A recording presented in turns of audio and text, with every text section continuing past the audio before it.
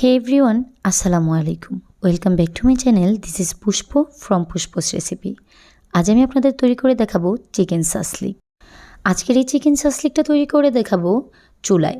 খুব সহজেই অল্প উপকরণ দিয়ে অল্প সময়ের মধ্যেই আপনি কিভাবে শাসলিক তৈরি করতে পারবেন ঠিক সেভাবেই দেখানোর চেষ্টা করব।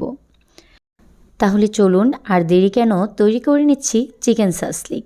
শাসলিকটা তৈরি করার জন্য এখানে আমি নিয়েছি হাড় ছাড়া মুরগির গোস্ত প্রায় 600 গ্রামের মতো, আর এগুলো আমি কিউব সাইজ করে কেটে নিয়েছি।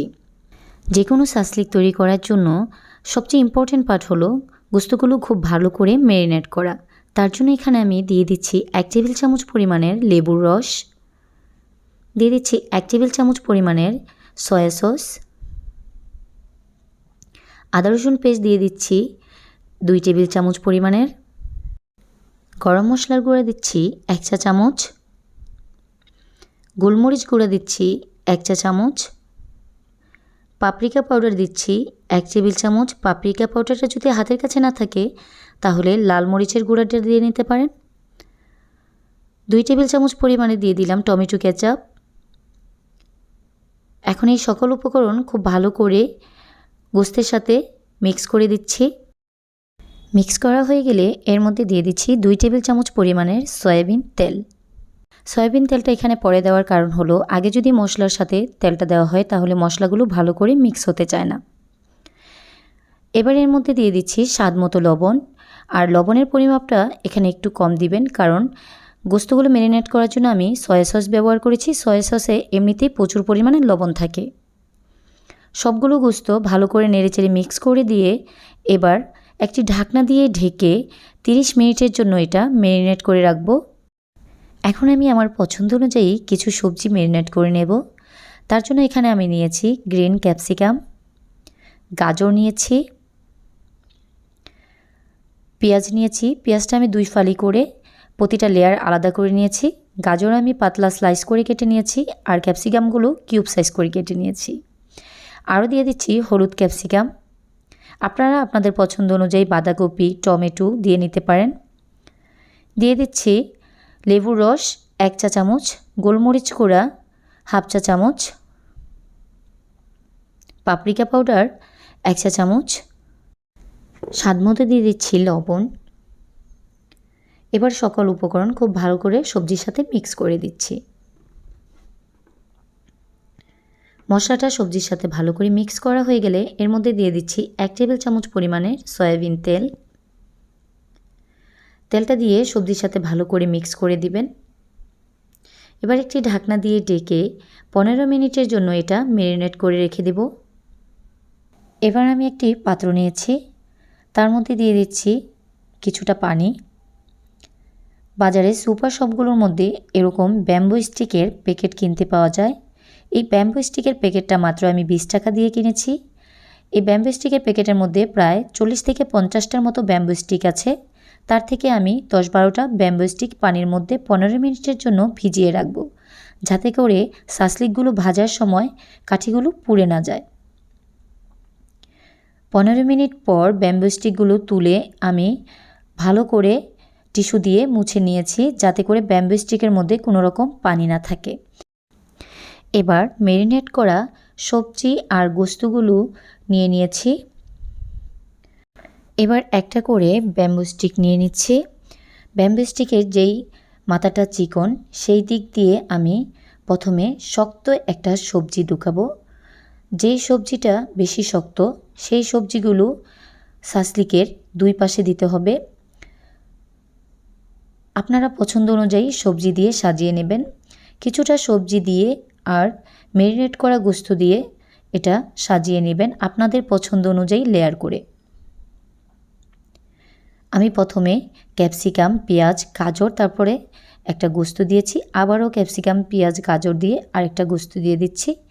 এভাবে করে আমি স্টিকগুলো সাজিয়ে নেব।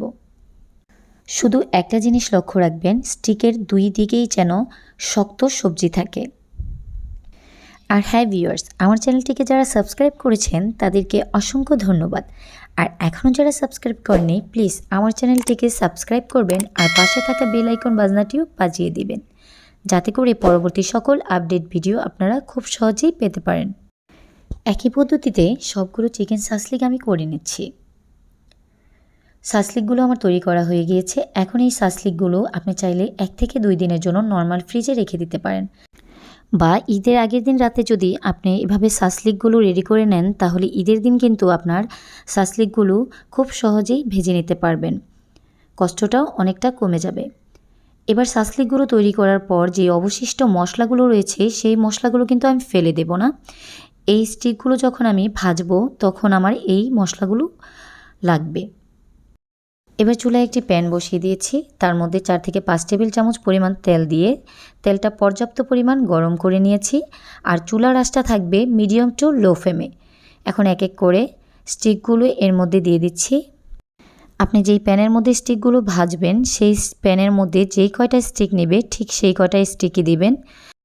একসাথে অনেকগুলো স্টিক ভাজার চেষ্টা করবেন না, তাহলে কিন্তু ভেঙে যাওয়ার সম্ভাবনা থাকবে।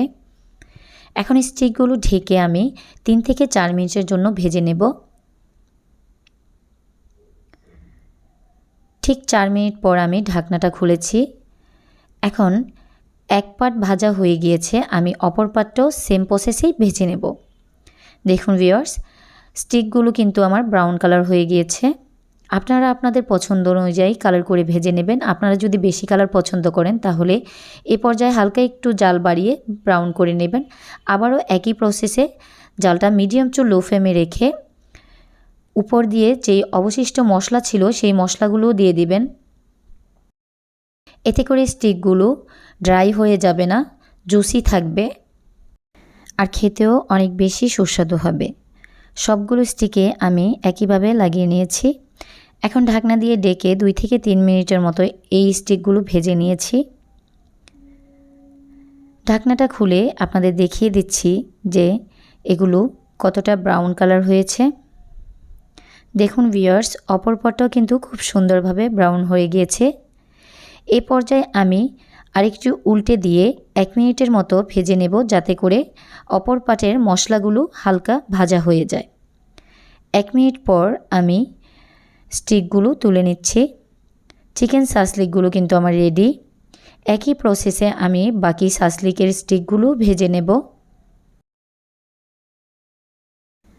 সবগুলো চিকেন শাসলিক আমার রেডি হয়ে গিয়েছে। এখন শাসলিকগুলো আমি তুলে পরিবেশন করে দেখিয়ে দিচ্ছি।